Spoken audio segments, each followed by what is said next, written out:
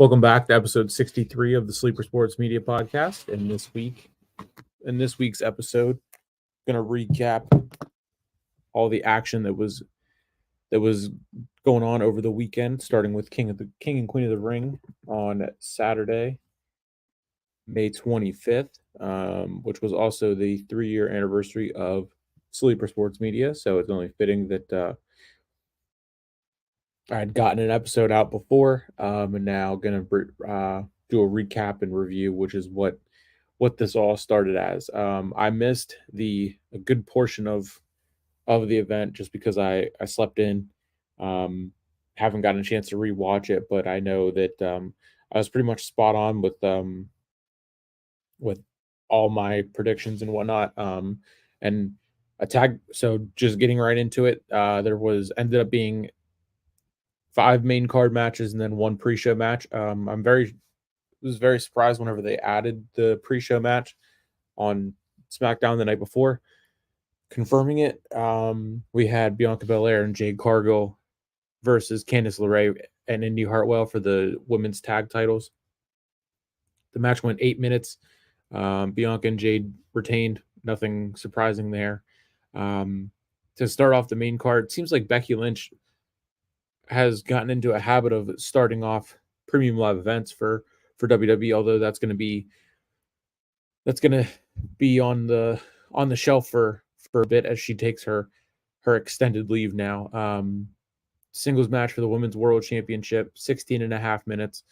Liv Morgan did beat Becky Lynch. I called that one. Then we had the triple threat for the Intercontinental title.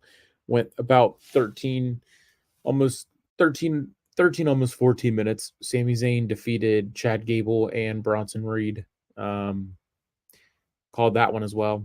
Said it would have been cool for Gable to win, but my pick was Zayn to retain. And then Queen of the Ring went just under 10 minutes.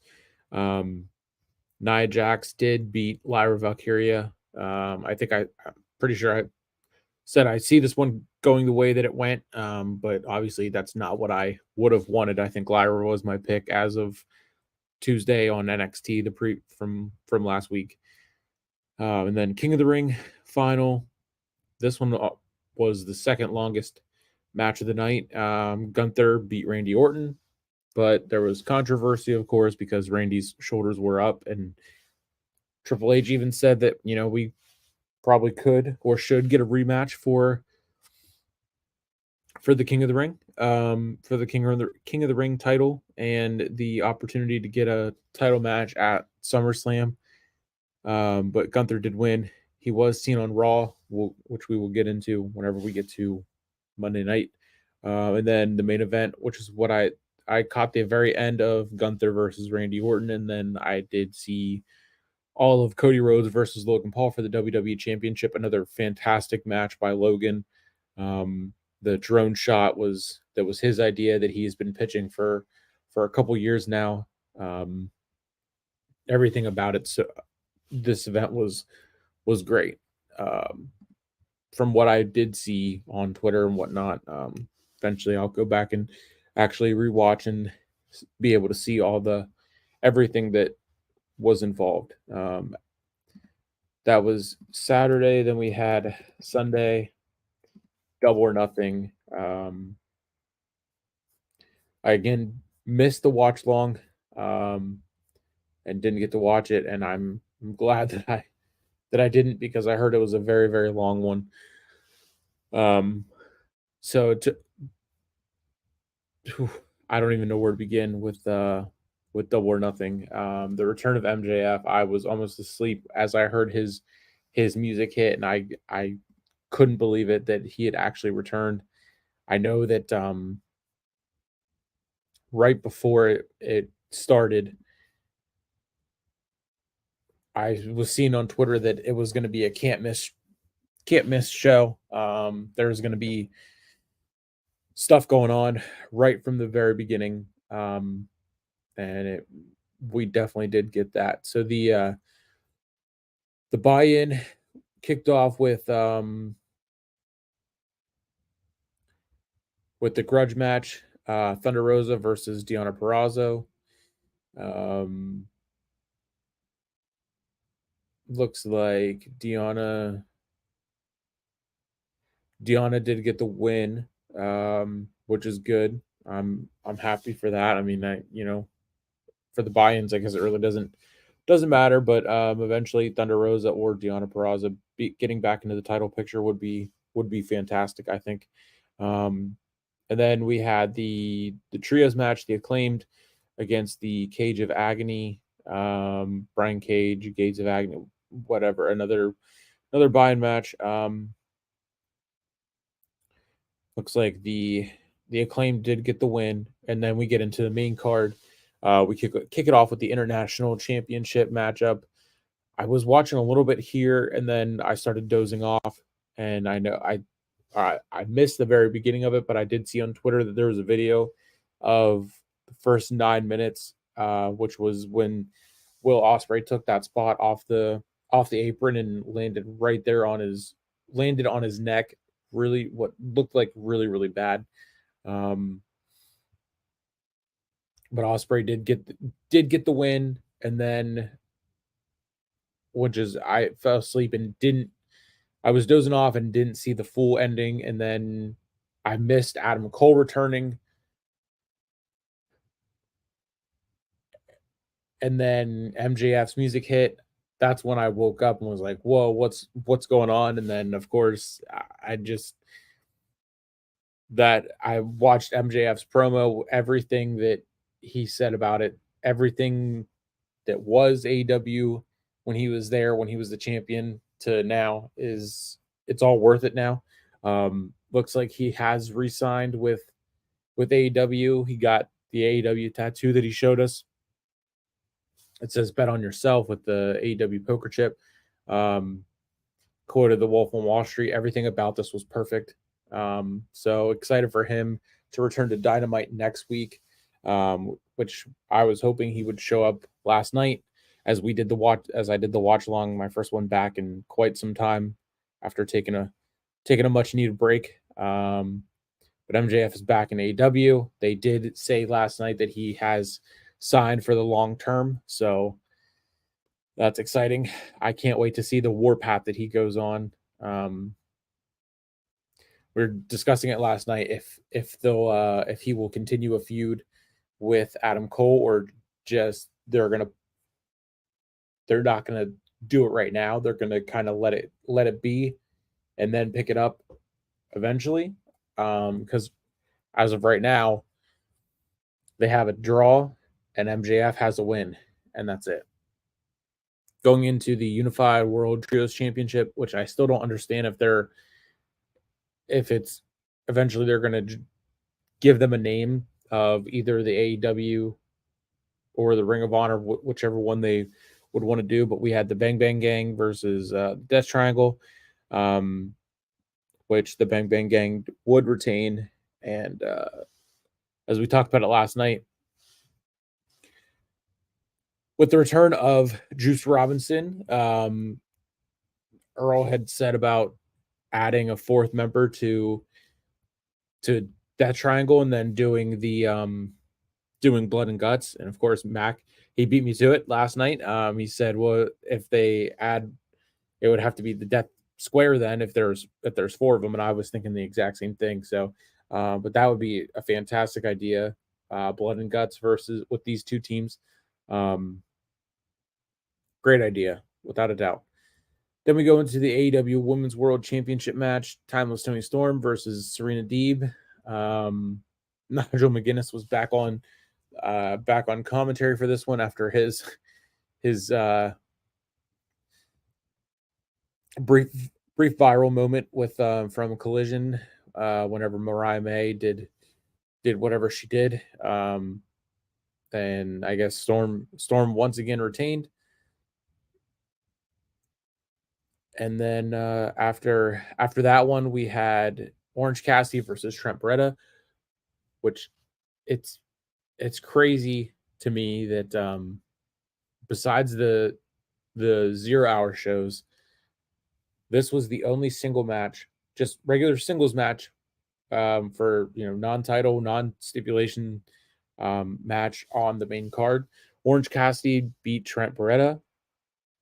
which, you would think, okay, that's going to be the end of it. But as we saw on Dynamite last night, it's clearly not. Then we get into the triple threat for the FTW title: Chris Jericho, Hook, and Shibata. Jericho would win and then go on to debut last night TV time, which really was just him blabbering constantly as he does best. Um, After that one, we had the IWGP World Heavyweight Championship Eliminator match, which I don't understand. No one knows why.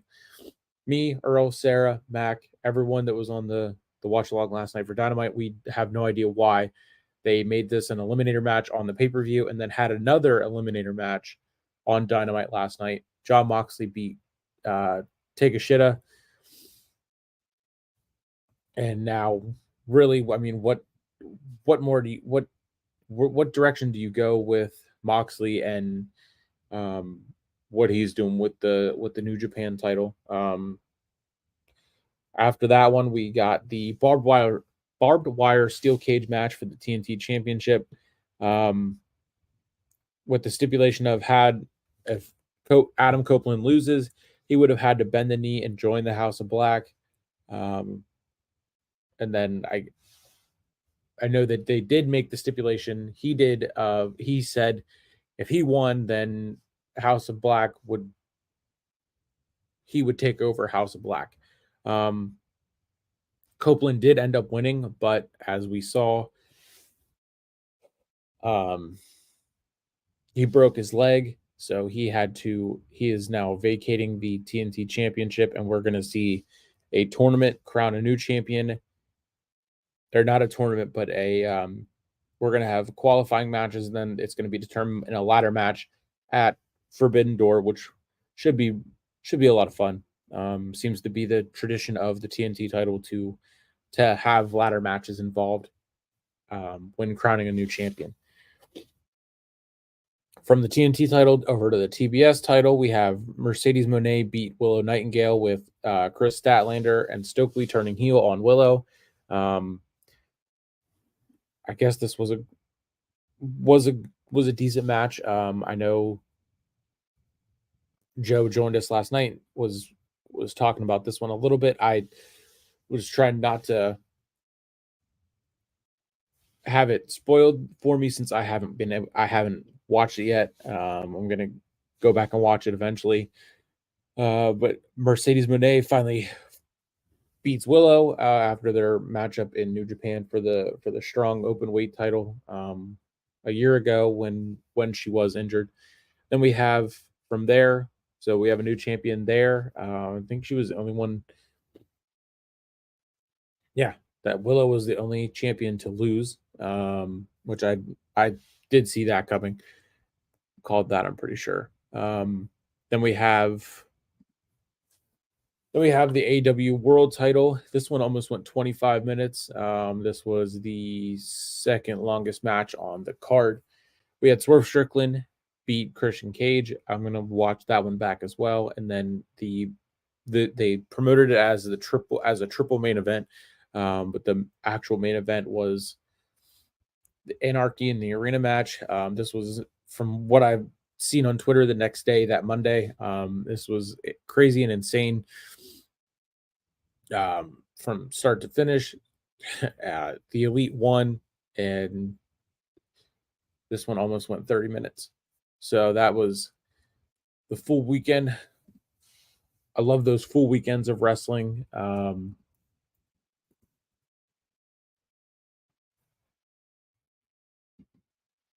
It's always a good time whenever events line up where we have weekends of both WWE and AEW pay-per-views or events in the same weekend. So that was Sunday. We go into Monday, kick things off on Raw with Damian Priest and Gunther in a face-to-face, and then interrupted by Drew McIntyre.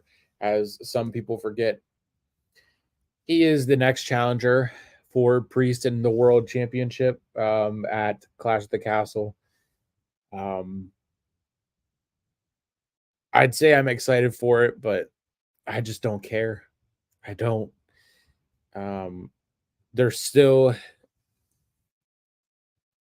they're still circling this around the whole McIntyre needs to have his moment in front of the fans and blah blah blah. It just he's cried about it for so long now that I'm over it. I've been over it. I've been saying that since Mania when he won. I mean, immediately I thought, okay, he's only winning because Seth is hurt. He needs time off, and it makes sense because his contract situation. Um, said from the very beginning, if McIntyre wins and Priest cashes in right away, it's gonna be the funniest thing ever, and it was. Um, I would rather see Drew have gone on a rampage and gotten suspended, quote unquote, and then waited until Punk was fully healed and then started their feud right away, and just done Priest and Gunther, 2 or 3 times from now to until Bash in Berlin. Um, that segment was okay. It just I don't really care. It everything about both companies right now is too new to be. It's exciting, but it's too new to really be okay with it being new and exciting. But the first match of the night was Braun Strowman and JD McDonough. Looks like Braun Strowman absolutely decimated McDonough. I mean, as he should. I hope they figure out how to use Strowman correctly and don't just make him what he has been in the past for WWE on the Raw side. Then we go into someone else who I think needs to be used correctly and needs to just get on a path of being shown that they can use him correctly. Braun Breaker, Ricochet versus Ila Dragunov ended in a no contest because Braun Breaker he came out speared. I mean, just absolutely destroyed both Ricochet and Dragunov. Ended up getting a fine from Adam Pearce. Later in the show, I guess it tripled from what I saw on Twitter and whatnot. And then we got a tag match. AOP defeated the Creed brothers. I don't know why AOP is getting wins, especially over a team like the Creed brothers. I think if anything, this should definitely lead to them joining heel Gable. Heel Chad Gable, that is 100% for certain. Then we go into Lyra Valkyria defeated Kairi Sane. Then she had a moment. I'm assuming that's when she had the moment backstage with Becky Lynch. As that's what surfaced and I was seeing on Twitter Tuesday morning when I got up and went to work very early, sadly. So I did not get to watch Raw. After that one, we had Rey Mysterio defeated Carlito. Don't care about anything surrounding this feud. I'm over it. Bronson Reed defeated Otis. Another one I don't care about. So I get that led into, I guess, something that's interesting. I'm not sure how I feel about the heel Gable and the splitting of Alpha Academy and whatnot. Maxine Dupree stopped Chad Gable from striking Otis and beating him with his belt. Then we had Chad Gable got pulled out his inner tribal chief and studying the Roman Reigns tapes of manipulation. Gable manipulates Otis and Tozawa. Continued to then beat down Sami Zayn. I'm sure this is leading towards a one-on-one match for the Intercontinental title, with either Sami and Reed first or Sami and Gable first. Eventually, I could see Gable winning it. I would love to see that, but I guess that will be down the road in quite some time. Then we have the main event, steel cage match, women's world title, the rematch from Queen of the Ring.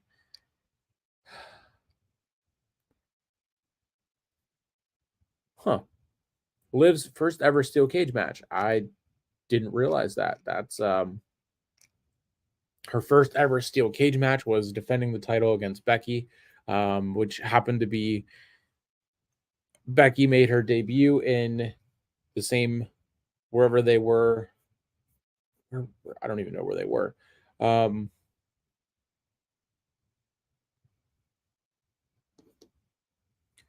Wherever they were Monday for Raw, Becky made her debut there in the same city, same arena 9 years ago. And now she has the final match on her current deal. And her current contract expires on Saturday, and she will be taking an extended time off. And probably if and when she would resign, more than likely return around the Rumble or while we're on the road to WrestleMania. Liv did win, retained. Becky had her moment afterwards, and the first thing that I saw Tuesday morning was Liv and Dom they shared a moment, quite the moment. Dom is on the run of a Dominic Mysterio is on a generational run. Antonio Brown has nothing on Dirty Dom.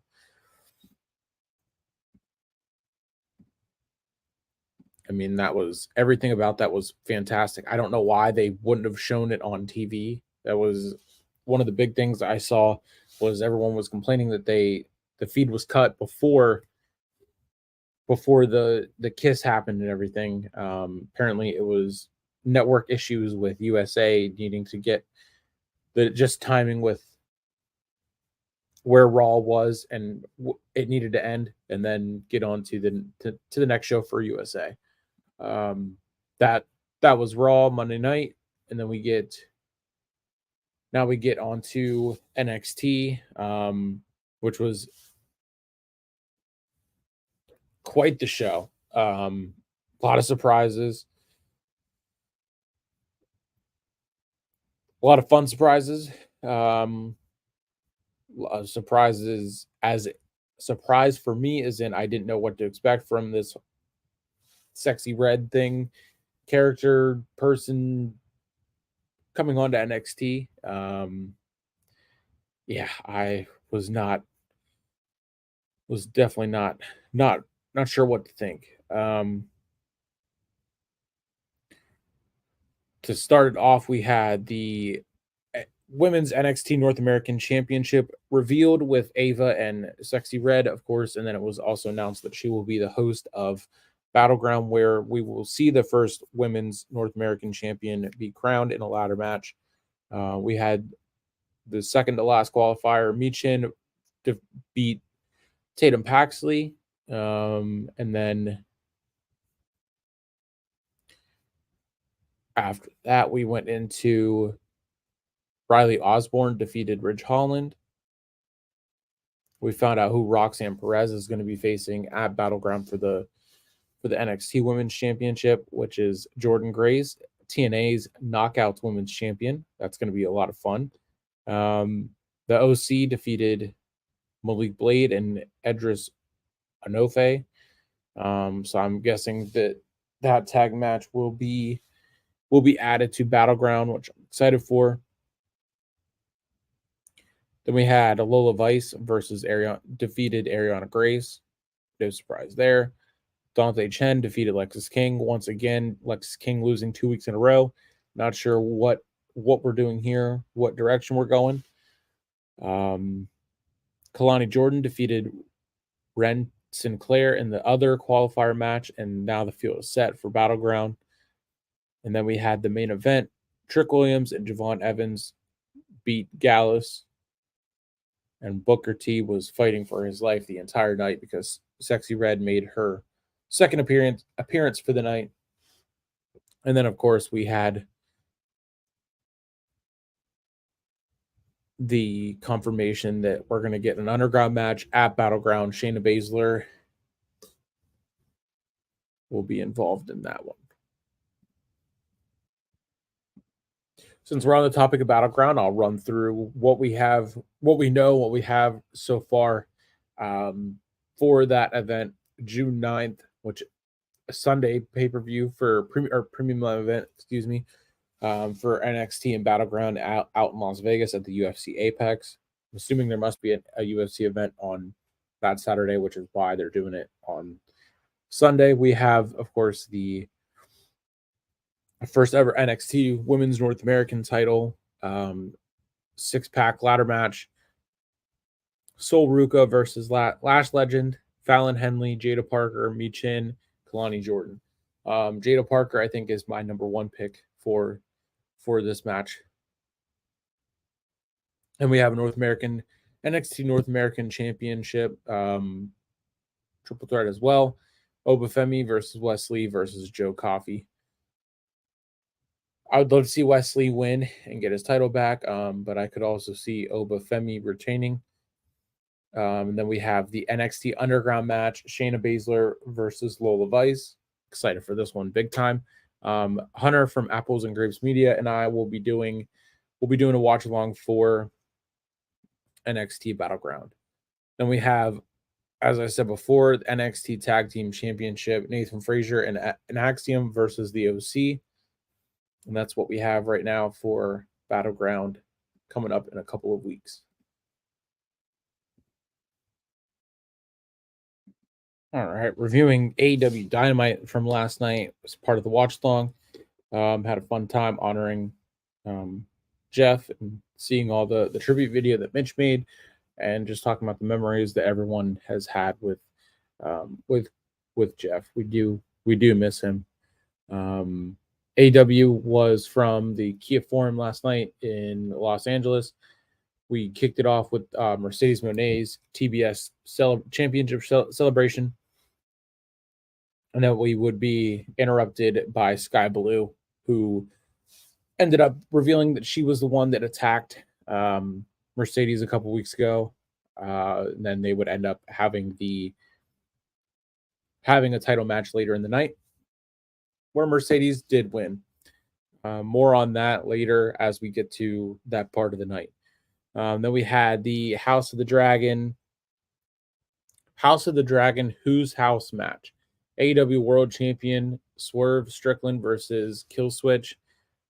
This was sponsored by House of the Dragon Season 2, coming to Max in a week and a half, I believe, on June 16th. I'm excited for that one as well. Might have to get Max and rewatch Season 1. Then we had, eventually we would get an announcement from Tony Khan via Tony Schiavone that Mercedes will have her first title defense tonight against Sky Blue, which is what we then got later in the night. After that, we had the debut of TV time with the Learning Tree FTW champion Chris Jericho. Not digging this new gimmick for Jericho, as I don't think anyone else is.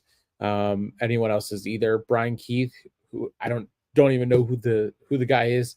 Apparently he was a part of the FTW match, and he came back and debuted or returned, whatever, at Double or Nothing. Then we had Hook and Smojo come out and then just walk away. And then after that, we had a video package highlighting the NJPW Strong Women's Champion and CMLL Women's World Champion, CMLL Women's Tag Team Champion Stephanie Baker, ahead of ahead of Forbidden Door. I don't even know I don't know who she is. I know that whenever Earl said CMLL, I tuned out, because I would tune out if he would have said New Japan versus CMLL, but I can't get into watching anything besides AEW and WWE. Forbidden Door will be fun, but it's full of people that I don't know, so gonna make the best of it. Then we had the IWGP World Heavyweight Championship eliminator match, Jon Moxley versus Rocky Romero. Again, I don't know who this guy is, and one of the comments last night was, it was funny. Someone said that they make the IWGP title more prestigious on AEW TV than they do their own title. Moxley had had an eliminator match on Sunday at Double or Nothing, and then he had another one on Wednesday, and it was kind of pointless. I mean, it was just to kind I guess it was just to kind of have him on the card and to fill time, but could have used that time. Could have not had the match on and then given that time to other segments. Then we had Don Callis coming out to present a contract to Orange Cassidy to get him to join the Don Callis family, which Orange Cassidy would then reject. And then, of course, we had Stokely Hathaway and Chris Statlander come out, and we had another attacking of Trent Beretta to Orange Cassidy.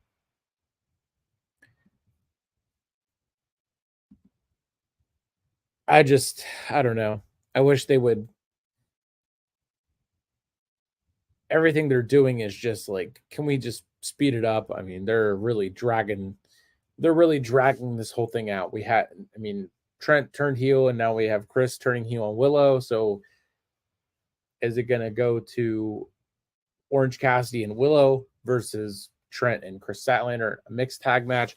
I'd be okay with that. It would be something new and exciting versus just constantly having the one-on-one matches and then randomly having a tag match here and there, whatever.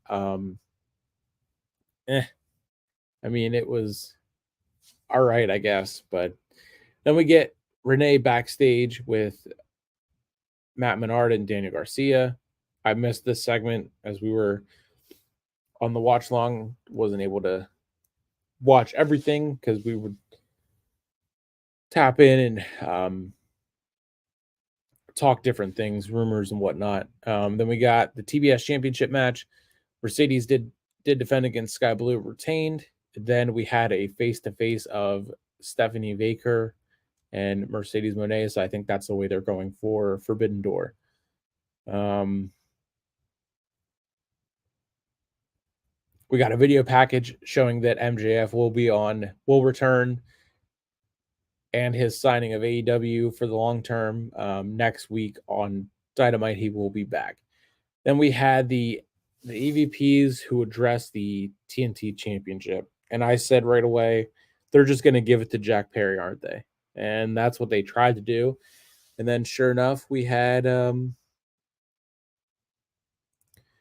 somebody come out, and we now have a Christopher Daniels came out and then said that Tony Khan has deemed him an interim EVP. Why wouldn't they just make him a GM? Because you could make a case for a GM being over, general manager being over the EVPs, which is what the Young Bucks are. So he's an interim EVP. So that doesn't give him. He's still a lower title than what the Bucks are. So I would have. I don't know why they wouldn't have just said GM, and then given him, show that he has more power than the Young Bucks. Which he made the announcement of the qualifying matches, and then the ladder match that will name the new TNT champion at Forbidden Door. Then we had, which is fine. It's gonna be a fun match. So after that, we go into backstage. We had Swerve cutting a promo backstage.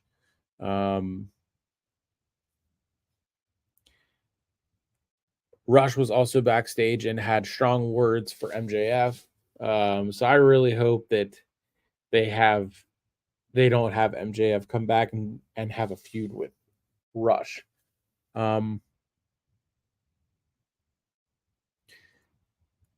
excited for MJF to return. That is without a doubt 100% going to be a lot of fun. Then we had the Casino Gauntlet match, where the winner would get a world championship match at Forbidden Door.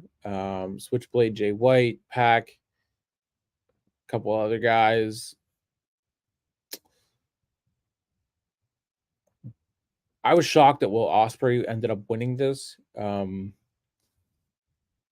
that he just won the international title, we're going to get a title. I'm assuming it's just going to be champion versus champion, not anything crazy like title for title. At at Forbidden Door. But that was Dynamite.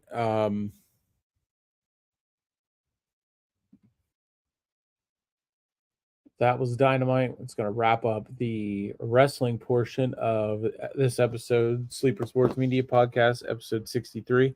Now we're going to get into the WNBA side of things, since that's the football's not quite back yet. And I've been paying some close attention to the WNBA and Caitlin Clark and Kate Martin, all the rookies right now. Indiana, they got to figure something out with either make a coaching change or just do a better job of letting Caitlin be Caitlin. This is insane that they lost again Tuesday night.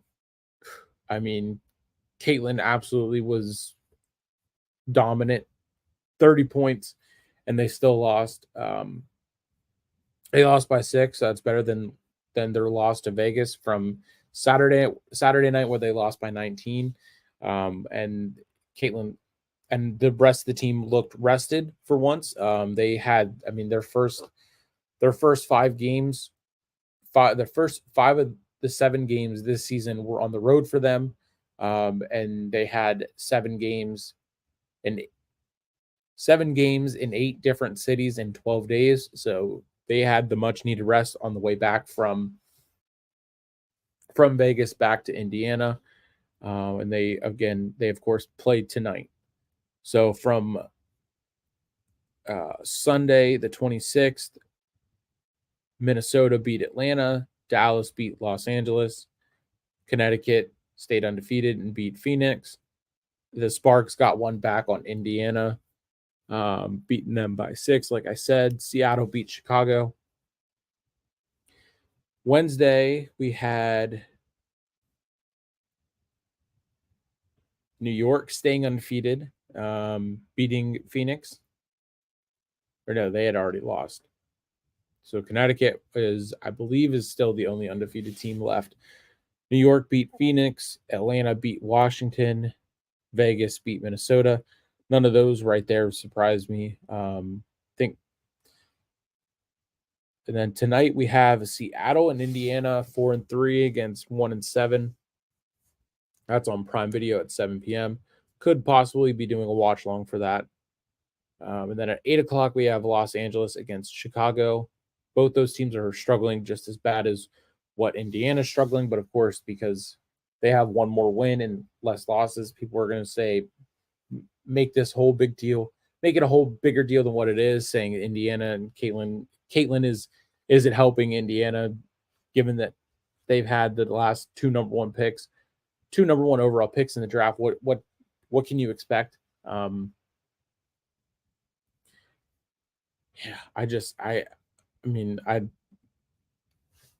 It's every time I watch them, I don't know what it is. They're either getting blown out or they're making it a game and losing by 6, by 2 or 3. But yeah, they just got to figure something out. Washington is 0-7, still has yet to win a game. I definitely think that checks out in the sense of they're the worst team in the league right now. I haven't watched much of them, but whenever I did have watched them, they've lost.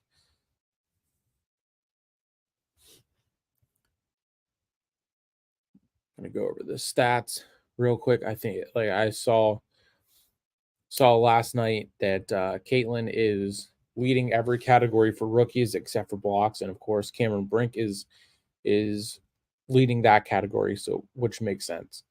Caitlin has 21 3-pointers on the season. She's in second in that category. She's 4th in assists per game, 6.3. Asia Wilson on Vegas is having another MVP caliber year. It's been fun to watch Vegas. They're they are clicking. Kate Martin is getting playing time. No, no confusion, no question that I think they might actually run this thing and go for the three-peat and actually get to actually do it.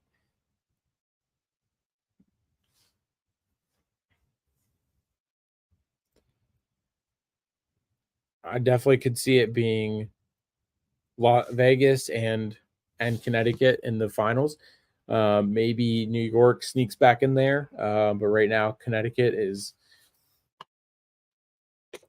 being 6-0. I'm not too upset that Indiana has two losses to them. Besides of what that could do for potential tiebreakers. Although right now I think Indiana just has to focus on getting wins now in the regular season versus needing tiebreakers and whatnot to sneak into the playoffs. I know they only play 40 games. We're about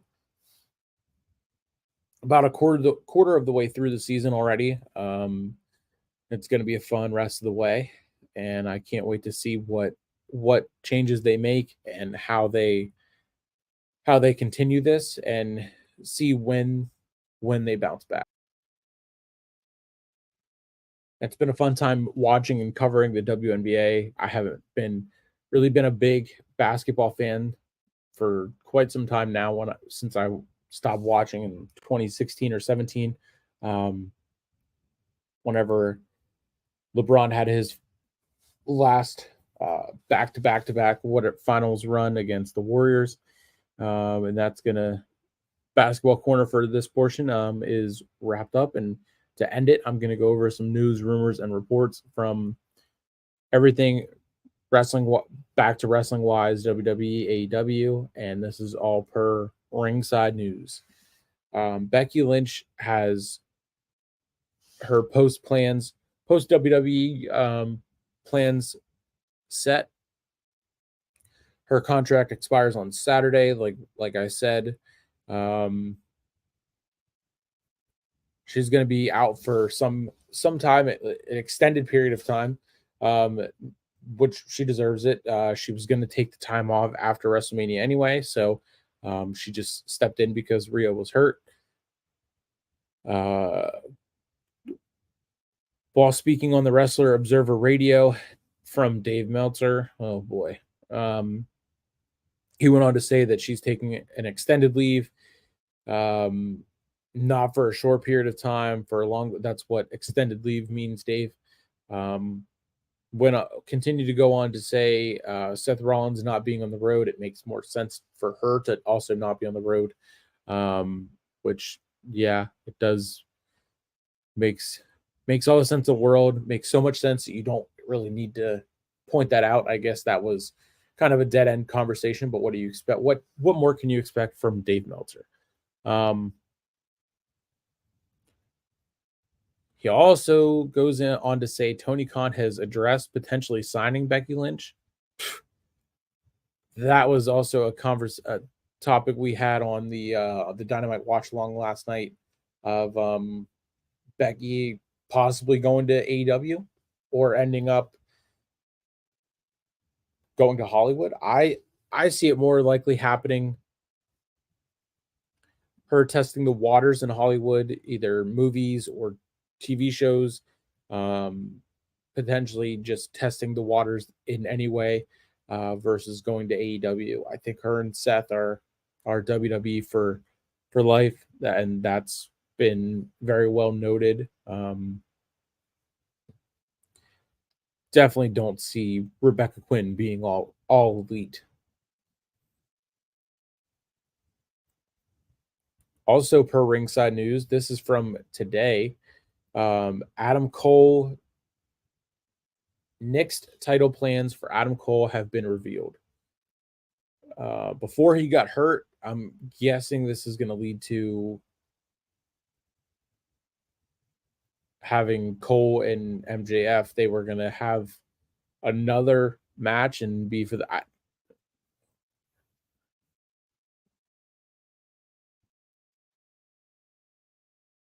Whew, all right, that was tough to try to read that very written very in a very confusing way. but there were plans for MJF and Adam Cole to wrestle late 2023. Adam Cole was considered for possibly winning the title from MJF at the time, but then he got hurt, so that set off a chain of events that changed everything. That led to, of course, MJF losing, Cole turning on him at World's End, and to what we have now, which it makes sense. I said it last night on the watch long. I definitely think they can continue the feud. Give them the trilogy. We have MJF winning the first match, or ending in a draw in the first match, and then winning the second match at All In.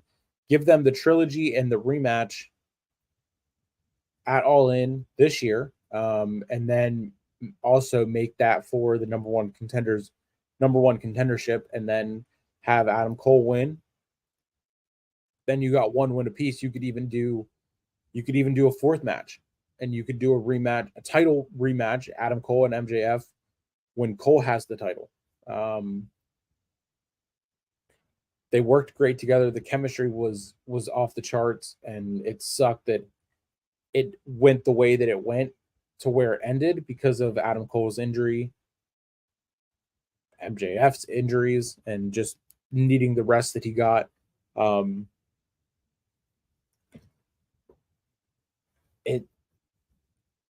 Given how it ended, it was very obvious that it was, I mean, they named it World's End, so I think everything tied together perfectly, but also it kind of sucked that it tied together perfectly because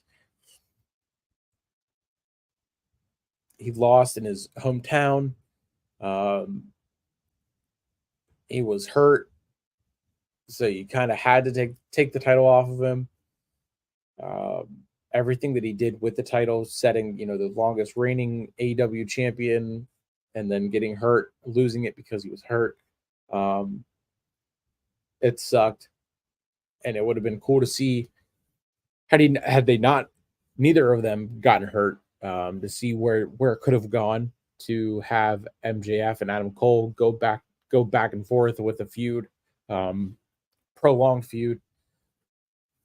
Given that was the best thing that AEW had going at the time, and still probably the best feud and best thing from AEW in the last 6 months.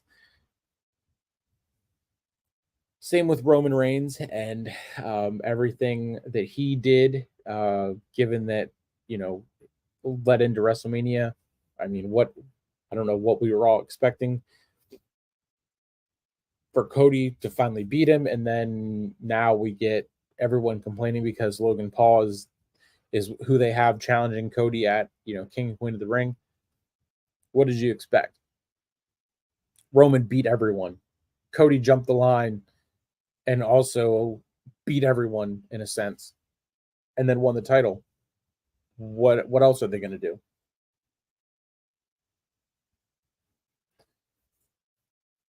So it looks like we got some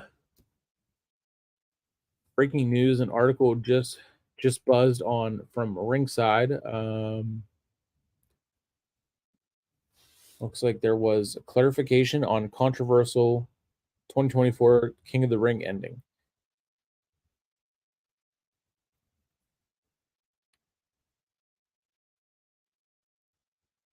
Trying to read through it. According to Fightful Select, it was reported that the spot with Randy Orton having his shoulder above the mat was not planned. So it definitely was just a botch. Not even really just a botch. Not even really a botch. Just okay, it happened.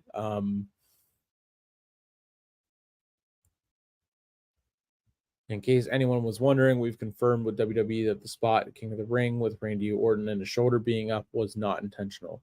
That is from Ringside News per Fightful Select. Triple H did address it, like I said earlier, the controversy surrounding the match's ending. Confirmed that they would eventually have a match in the future once Randy Orton is healed up. So I guess Randy got out of that match little banged up. which is okay. Given that he's come back, he's looked incredible. It does suck when I don't know. I don't think it's anything serious though. Yeah, that's gonna just about do it for this episode of Sleeper Sports Media Podcast, episode 63. Thank you for tuning in. Subscribe to my channel, Hardcore Sports Network. All the people that I collab with on this channel, go follow me on Facebook, my personal page, and the Sleeper Sports Media Group. Also follow and give a like to the Hardcore Sports Network Facebook page. And I will see you next time.